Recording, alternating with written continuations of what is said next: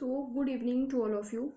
तो बहुत सारे लोगों के ऐसे कमेंट्स आ रहे हैं कि क्या मैं अभी से शुरू करूँ तो हो पाएगा क्या प्रीलिम्स मेरे से। तो मैं एक घटना बता रही हूँ और जो कि मेरी घटना है, ठीक है। अगर इसको सुन लिया आपने तो आपको आपके मन में ये आएगा ही नहीं कि मैं अभी से स्टार्ट करूँ तो क्या मेरा हो पाएगा। एक या दो तीन घटनाएं और प्रीलिम्स से रिलेटेड ही हैं, कोई कंपलसरी नहीं कि आप यहाँ पे आके सुनो। जिनको ज़रूरत है इस वीडियो की बस उसी के लिए उन्हीं के लिए मैं बना रही हूँ। But I trust my self कि जो मैं इस वीडियो पे बोलूँगी उससे आपको इतना इफेक्ट पड़ेगा कि आपके मन में ये कभी नहीं आएगा, या फिर आपका कॉन्फिडेंस इतना हाई हो जाएगा कि आपको पता भी नहीं चलेगा, आपका प्रीलिम्स निकल जाएगा क्योंकि पढ़ने लगोगे। आपके देखो प्रॉब्लम क्या होती है कि जब हम पढ़ने बैठते हैं ना तो दो फेयर्स होते हैं। पहला तो ये होता है कि रिग्रेट फील करते हैं कि यार अब मैंने इतने दिन वेस्ट कर दिया, अब क्या मेरा हो पाएगा। दूसरा चीज़ ये होता है कि डर लगता है कि इतने सारे बच्चे बैठ रहे हैं, लगभग 2 लाख बच्चों ने फॉर्म भरा है और सीट्स हैं लगभग 110, तो मतलब लिए जाएंगे प्रीलिम्स मेंस के लिए लगभग 3000। तो क्या मेरा नाम आएगा, क्या मैं उस लायक हूँ, या फिर क्या मैं इतने दिन में कवर कर पाऊँगा। मुझे तो चीज़ें याद ही नहीं हो रही हैं। तो मैं आपको बता दूँ कि जब फर्स्ट प्रीलिम्स मैंने दिया था 2020 का, मुझे भी नहीं पता था। जब जिस दिन मैं देने गई थी उस 2 घंटे में मैंने अपना बेस्ट दिया और मुझे ये लिटरली नहीं पता था कि मेरा प्रीलिम्स क्लियर हो जाएगा। क्योंकि जस्ट 15 दिन पहले 25 जुलाई को प्रीलिम्स था और 17 जुलाई को मेरा जेल प्रहरी का क्या था, फिजिकल था। रिटन मैंने क्लियर कर लिया था, उसका फिजिकल था। मतलब मैं महीनों से, मतलब लगभग 1 डेढ़ महीने से एक तरफ प्रीलिम्स मेरी, एक तरफ सुबह शाम की प्रैक्टिस होती थी फिजिकल की और एक तरफ प्रीलिम्स, मतलब इन दोनों में जंग होती थी और मैं ज़्यादा प्रायोरिटी देती थी हालांकि प्रीलिम्स को। फिर फिजिकल मेरा क्लियर नहीं हुआ, एक तो वो माइंड ख़राब हुआ, मूड ख़राब हुआ। उसके बाद चलो आए, फिर उसके बाद वायरल फीवर स्टार्ट हो गया 5 से 6 दिन लिटरली। मतलब 25 को मेरा पेपर था, 25 जुलाई को if I am not wrong. तो 25 जुलाई को मेरा पेपर था और 24 तक मैं 2-3 दिन से हॉस्पिटलाइज थी, ठीक है। और 24 को मैं शाम को आई और मेरा ये था कि हाँ मैंने पहले हालांकि पढ़ रखा था, बट एक होता है ना कि चलो घर ने भी बोल दिया, घर में भी सबने बोल दिया कि चलो ठीक है, अगर नहीं हुआ तो कोई बात नहीं, तबीयत ख़राब है, करके आओ अपना बेस्ट दो। सुबह मैं गई आराम से 2 घंटे। फर्स्ट पेपर ही ज़्यादा हेक्टिक होता है, ज़्यादा टेंशन देने वाला पेपर फर्स्ट पेपर ही होता है। मैंने आराम से पेपर दिया, मतलब मेरे मन में ये था कि चलो ठीक है, होना होगा तो होगा, नहीं तो नहीं होगा, क्योंकि मेरी तो तबीयत ख़राब है। मेरे को एक एक्सक्यूज़ मिल गया था, उस एक्सक्यूज़ की वजह से मेरा माइंड रिलैक्स हो गया। मैंने उस 2 घंटे में इतना बेस्ट दिया कि जो मेरे को क्वेश्चन नहीं आ रहे थे या फिर जो मैंने डायरेक्टली नहीं पढ़े हुए थे वो भी मैं सही करके आई। और मतलब मैं ये नहीं बोल रही हूँ कि तुक्का मेरा लग गया या फिर ऐसा वैसा, कहीं ना कहीं वो पढ़ा था, कहीं ना कहीं से मैं रिलेट कर पा रही थी। मेरा माइंड उस टाइम पे इतना रिलैक्स था कि मैं सारी चीज़ें प्रेजेंस ऑफ माइंड का यूज कर पा रही थी हर क्वेश्चन में, ठीक है। और जो थोड़ा बहुत भी कभी पढ़ा था वो भी याद आ रहा था उस टाइम पे। क्यों? क्योंकि मैं बहुत रिलैक्स थी और मेरे मन में ये था कि हुआ तो भी ठीक है, नहीं हुआ तो नेक्स्ट अटेम्प्ट, क्योंकि घर वालों ने भी दे दिया था कि चलो ठीक है, तबीयत खराब है तो कोई बात नहीं। तो पहली सीख तो ये मिलती है कि आपका माइंड बहुत रिलैक्स होना चाहिए। अभी से अगर आप इतना पैनिक कर जाओगे तो फिर उस 2 घंटे में पता नहीं क्या कर लोगे, पहली बात ये। दूसरा, जब मैंने 2021 का पेपर दिया, पता नहीं क्या हो जाता है कि प्रीलिम्स के जस्ट 15 दिन 20 दिन पहले मतलब मेरा ऐसा हो जाता है कि कुछ ना कुछ प्रॉब्लम हो जाती है, टाइमिंग इशू हो जाता है या फिर क्लैश हो जाते हैं तो एग्ज़ाम्स। तो क्या हुआ था, आई थिंक 19 जून को पेपर हुआ था।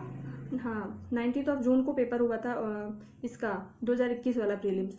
और उसी दिन जो भी मेरी गवर्नमेंट जॉब मिली है लेखपाल की, उसी दिन सेम टू सेम डे लेखपाल का भी हुआ। अब चूंकि मैं लेखपाल का फर्स्ट स्टेज ऑलरेडी क्रॉस कर चुकी थी तो मैंने सोचा इस बार का प्रीलिम्स हम नहीं देते हैं, लेखपाल को प्रायोरिटी पे रखते हुए उसका स्किप करते हुए लेखपाल का दूंगी। बट इत्तेफाक से 1 जून को ऐसा नोटिफिकेशन आया कि लेखपाल का अब नहीं होना है, जुलाई में चला गया है। अब मेरे पास सिर्फ 19 दिन, मतलब 18 दिन थे। 19 जून को पेपर था, 18 दिन थे प्रीलिम्स के लिए। चूँकि मैंने सिर्फ लेखपाल पढ़ा, लेखपाल में हिंदी भी आती है, मैथ्स भी आती है, रीजनिंग भी आती है, ठीक है, और बाकी नॉर्मल लेवल की जीके और यूपी जीके।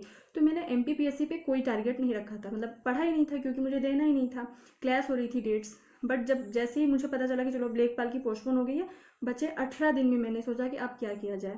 18 दिन में मतलब मेरे पास ये था कि या तो आर या तो पार वाला। फिर उस 18 दिन में मैंने जैसे तैसे पढ़ा और मेरे को लगा कि चलो इंपॉर्टेंट टॉपिक्स पे फोकस किया जाए, जो मेरा स्ट्रॉन्ग है उसको और अच्छा किया जाए। मतलब तब भी मेरे को ये लग रहा था कि निकाल सकती हूँ, और निकला।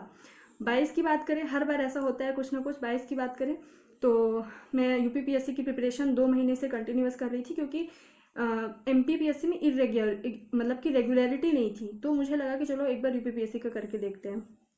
यूपीपीएससी का पेपर था 14 मई को, और जस्ट एक हफ्ते बाद 21 मई को एमपीपीएससी का था। मैंने सोच लिया था इस बार एमपीपीएससी ऐसे ही दे दूंगी और यूपीपीएससी अच्छे से दूंगी। किस्मत देखो कि यूपीपीएससी का आगरा में मेरा पेपर था। मैं और पापा घर से निकले 13 को, और 14 को पेपर था। ट्रेन लेट हो गई और 10 बजे हम लोग पहुँचे वहाँ पे। 10 बजे से पेपर स्टार्ट होना था। अगर 1 मिनट भी लेट होते हैं तो हमें एंट्री नहीं मिलती है।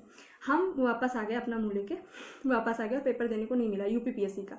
अब मेरे पास ये था कि भैया अब यूपीपीएससी भी नहीं दे पाई, बचे हैं मेरे पास 1 हफ्ते। अब 1 हफ्ते में मैं एमपीपीएससी दे पाऊंगी कि नहीं, मतलब दे तो पाऊंगी बट कर पाऊंगी क्लियर कि नहीं कर पाऊंगी। पर मेरे हर बार होता है ना कि प्रीलिम्स के लिए पता नहीं क्यों इतना कॉन्फिडेंस रहता है कि मुझे लगता है कि निकाल तो लूँगी मैं, कुछ भी हो जाए 1 हफ्ते मेरे लिए बहुत है ना। तो फिर मैंने एक पेपर निकाला और उसमें लिखा, लिटरली लिखा कि अगर इन 1 हफ्तों में मैंने नहीं पढ़ा, ये सोच लिया कि मेरा नहीं होना है तो क्या होगा, 100% यही होगा कि मेरा नहीं होगा। फिर मैंने दूसरे लाइन में लिखा कि अगर मैंने ये सोच लिया कि मुझे निकालना है और मैंने अपना 100% दिया तो क्या होगा, तो मे बी पॉसिबिलिटीज़ हैं होने की भी ना होने की भी, 50-50% हो जाएगा, मे बी 70 और 30% हो जाएगा। तो फिर मैंने उस 1 हफ्ते में, यकीन मानो, हाँ मैं ये मानती हूँ कि मैंने 2 प्रीलिम्स बैक टू बैक निकाले थे तो उसका बहुत बेनिफिट हुआ, लेकिन उस 1 हफ्ते में मैंने क्या किया, सिर्फ प्रीवियस ईयर के क्वेश्चन पेपर देखे और उनके सारे आसपास के क्वेश्चंस को रट्टा मारा, उनके जितने भी एक्सप्लेनेशन उनको रट्टा मारा। हर एक दिन मैं कम से कम 2 से 3 टेस्ट लगाती थी, आधे घंटे में एक टेस्ट को निपटाती थी, उनका एनालिसिस देखती थी और उनके क्या करती थी, क्वेश्चन को आंसर को रट लेती थी। तो मैंने क्वेश्चन पेपर बहुत ज़्यादा लगाए, हर एक दिन 3-3 दिन, मतलब लगभग मैंने 18 से 20, 1 हफ्ते के अंदर 18 से 20 क्वेश्चन पेपर लगाए। जहाँ पे मेरा गलत होता था उसको मैं फिर उस टॉपिक को लेके पढ़ने बैठ जाती थी। एमपीजीक्यू को मैंने रट लिया था हफ्ते भर में, और उसका नतीजा ये हुआ कि मेरा प्रीलिम्स तो क्लियर हुआ, लेकिन कुछ क्वेश्चंस ऐसे थे जो मुझे आते थे, कभी ना कभी मैंने पढ़ा था, लेकिन रिवीजन ना होने की वजह से मैं नहीं कर पाई। लेकिन ओवरऑल मैं ये बता रही हूँ कि क्लियर हो गया। तो मैं ये पूरी घटनाएं इसलिए बता रही हूँ। इस बार भी देखो, अभी जब 2023 का दिया तो फिर मेंस था, मेंस के बाद लगभग मेंस था, और हाँ मेंस के बाद क्या, मेंस पोस्टपोन हो गई, 8 जनवरी से हो गया। तो फिर लास्ट के 5 से 6 दिन मैंने पढ़ा। इस बार मैं कॉन्फिडेंट थी भाई कि 3 बार से निकल रहा है, हर बार कुछ ना कुछ टाइमिंग इशू हो रहा है, तो इस बार भी निकाल लूँगी, और इस बार भी निकला। अगली बार देखो, इस बार क्या होगा कि अभी हमारा मेंस है, फिर उसके बाद लगभग 1.5 महीने बचेंगे नए सिलेबस में। सब जहाँ डर रहे हैं 3-3 महीने से, मतलब लगे हुए हैं कि नया सिलेबस है, नया सिलेबस, एकदम पढ़ रहे हैं, डर रहे हैं, वहीं में मेरे पास 1.5 महीने रहेगा, फिर भी मैं नहीं डरूंगी शायद। तो आपका माइंडसेट आपको ले जाता है कि आप पास हो गए या फेल हो गए, ठीक है। तो मेरा कहने का मतलब ये है कि जितने दिन बचे हैं बस एक बार आप मन में सोच लो कि हाँ मुझे निकालना है और मैं निकाल पाऊंगी, तो अपने आप सारे रास्ते मिलते जाएंगे। बाकी मेरी बुक लिस्ट फॉलो करो, मेरी स्ट्रैटेजी फॉलो करो, और जितना टाइम है दो, बेस्ट दो, आराम से आपका होगा, ठीक है। तो बिल्कुल भी डरने की जरूरत नहीं है। जितना दिन है आपके पास है, आपके दिन है, आपका टाइम है, आपका माइंड है, आपकी स्ट्रैटेजी है। बस एक बात रखना याद कि कट ऑफ करो, सारे लोगों से कट ऑफ करो। मतलब बहुत ज़रूरी है लोगों का कट ऑफ करना। क्यों? क्योंकि बहुत तरीके के, बहुत सोचने वाले लोग हैं। पता नहीं कौन आपके बारे में क्या सोच रहा है, आपको भी नहीं पता। सामने वाला बहुत अच्छे से बात कर रहा है पर आपको भी नहीं पता मन में क्या चल रहा है, और उसके मन में जो चल रहा होता है आपको पता रहता है कि मेरे मन में मतलब आपके मन में क्या चल रहा है। उससे आपको निगेटिविटी आती है। तो आप लोगों से दूर रहो, जितना ज़्यादा हो सके फ़ोन से दूर रहो, लोगों से दूर रहो, कट ऑफ रहो सबसे, और फिर पढ़ाई करो। फिर देखो आपका नतीजा क्या होता है या फिर आपका रिजल्ट क्या होता है। So thank you so much. जय हिंद, जय भारत।